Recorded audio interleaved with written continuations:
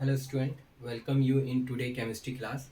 Student, जैसे कि आपको मालूम है, हमने क्लास 12th का सॉल्यूशन चैप्टर स्टार्ट किया था, जिसके हमने 2 लेक्चर कंप्लीट कर लिए हैं। आज हम लेक्चर 3 कर रहे हैं, जिसमें हम वेरियस कंसंट्रेशन मेथड्स को कंटिन्यू कर रहे हैं। प्रीवियस लेक्चर में हमने पढ़ा था कितने मेथड से हम कंसंट्रेशन को कैलकुलेट कर सकते हैं। Mass by percentage, mass percentage, volume percentage, then mass by volume percentage, parts part per million और molarity.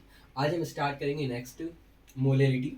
Molarity means it is defined as number of moles of solute present in 1 kg of solvent. जैसे कि आपने molarity में पढ़ा था कि number of moles of solute present in 1 litre of solution.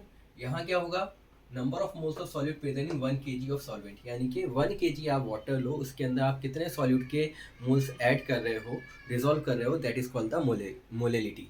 So it is represented by small m and its unit is mole per kg or mole kg inverse, और simple we can say the m. अगर कोई numerical में अगर इस तरीके से लिखा है 5 कैपिटल M, तो ये है 5 मोलर सॉल्यूशन, और 5 स्मॉल m है तो इट इज़ 5 मोलर सॉल्यूशन, यानी कि इसकी मोलरिटी 5 है और इसकी मोलरिटी 5 है. So I hope you understood. So next इसके फॉर्मूले को देखते हैं. तो molarity is equal to number of moles. हमने साइन कन्वेंशन पढ़े थे, अगर आपको याद नहीं है प्रीवियस लेक्चर आप देख सकते हो, इसमें हम एन भी रिप्रेजेंट करे थे, number of moles of solute, और मास ऑफ सॉल्वेंट को हम डब्ल्यू ए से कर रहे थे. यहाँ पर केजी में है तो हम अगर मोल्स को डिवाइड कर देंगे मास से सॉल्वेंट के, तो हमको मोलरिटी पता चल जाएगी. अगर मास ग्राम्स में दिया होगा तो आप उसको कन्वर्ट करोगे 1000 से, वो 1000 ऊपर आ जाएगा. So N B into 1000 upon W A. अब अगर नंबर ऑफ मोल्स की जगह वो मास दे देता है सॉल्यूट का, तो आप फॉर्मूला कौन सा लगाओगे? तो W B upon M B into W A into 1000. ठीक है, ये आपको फॉर्मूले यूज़ करने हैं. स्टूडेंट, हमको कुछ चीज़ें नोट करनी है, जैसे कि 1 m solution is more viscous than 1 m solution. यानी कि आपको मालूम है कि अगर आपको 2 सॉल्यूशन है जिसकी एक सॉल्यूशन की मोलरिटी 1 है और दूसरा सॉल्यूशन जिसकी मोलरिटी 1 है, तो आपसे पूछा है कि कौन ज़्यादा विस्कस होगा, कौन ज़्यादा गाढ़ा होगा, या कौन ज़्यादा कंसनट्रेट होगा.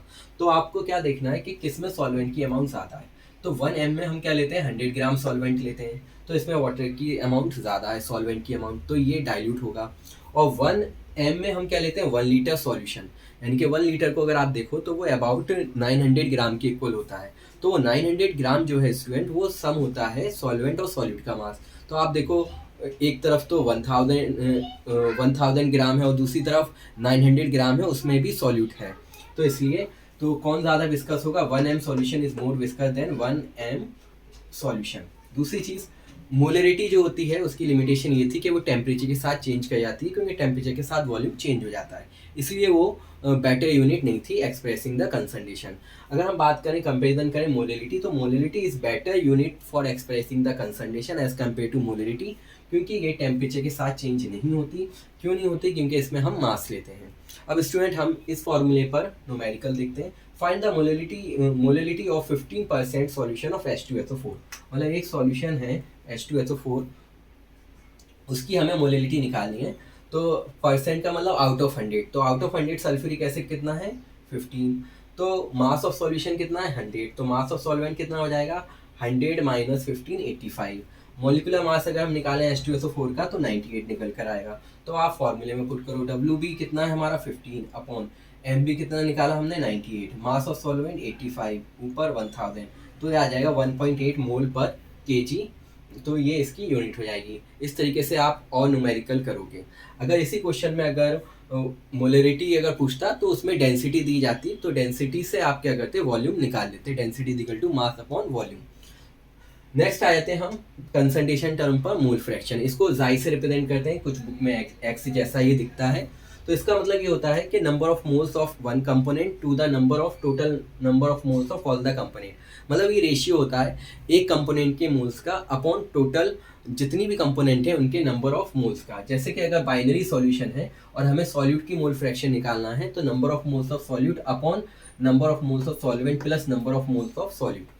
अब अगर हमें ये नंबर ऑफ मोल्स डायरेक्टली नहीं दिए हों, मास के टर्म्स में दिए हों, तो given mass of solute upon molecular mass, ये नंबर ऑफ मोल्स हो गए.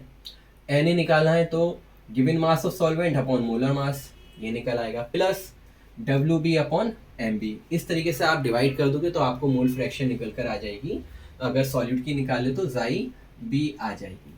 इसकी कोई यूनिट नहीं होती स्टूडेंट, और ये टेम्परेचर पर डिपेंड नहीं करता क्योंकि यहाँ पर ना तो कोई वॉल्यूम है इसलिए। इसमें एक और चीज़ स्टेटमेंट ध्यान रखना है कि sum of all components in a solution, the sum of all component mole fraction solution means the sum of mole fraction of all the component in solution is always equal to unity that is 1। यानी कि अगर binary solution है तो उसमें mole fraction A और mole fraction B का सम always 1 होगा। इसको आप रीअरेंज करके दूसरा फॉर्मूला निकाल सकते हो कि अगर हमें मोल फ्रैक्शन ए की दे रखी है और बी की हमको निकालनी है तो mole fraction of B is equal to जाई ए माइनस 1 माइनस जाई ए। इसको आप चेंज करो 1 माइनस जाई ए, तो ये आप इससे सब्ट्रैक्ट कर दोगे तो जाई भी आ जाएगा। इस पर क्वेश्चन देखते हैं स्टूडेंट किस तरीके से हमें करना है। So a solution consist of 25% water, 25% ethanol C2H5OH and 50% acetic acid. तो स्टूडेंट आपको मोलरिटी मोल फ्रैक्शन निकालनी है इथाइल अल्कोहल की, इथेनॉल की। तो आप क्या करोगे, पहले सबके नंबर ऑफ मोल्स निकाल लोगे। तो नंबर ऑफ मोल्स का फॉर्मूला क्या होता है, गिवन मास अपॉन मोलर मास। अगर आपको वाटर के निकालने तो वाटर का मास कितना है, अगर आप देखो परसेंट है तो यानी कि अगर हमने सॉल्यूशन 100 लिया है तो उसमें से 25% क्या होगा, वाटर, 25 वाटर होगा तो 25/18 1.33। सिमिलरली 25/46, 46 इसका मॉलिक्यूलर मास है तो 0.54। सिमिलरली 50 क्योंकि 50% है, 60 एसिटिक एसिड का मास है 0.83। अब हमें इन तीनों में से हमें निकालनी है अल्कोहल की। तो हम अल्कोहल की ऊपर रखेंगे mole fraction number of moles upon total number of moles of all the component. 3 component है तो 3 कंपोनेंट के मोल्स को हम ऐड कर देंगे। तो देखो 0.54 हमने ऊपर रख दिया, फिर नीचे रख दिया 1.39 प्लस 0.54 प्लस 0.83। तो जब आप इसको डिवाइड करोगे स्टूडेंट तो ये आ जाएगा 0.96। तो स्टूडेंट और न्यूमेरिकल आप प्रैक्टिस करिए, वीडियो को शेयर करिए अपने फ्रेंड्स को, न्यूमेरिकल प्रैक्टिस करिए, और जो न्यूमेरिकल आपको नहीं आए कमेंट करके आप उसका सॉल्यूशन हमसे पूछ सकते हो। Thank you.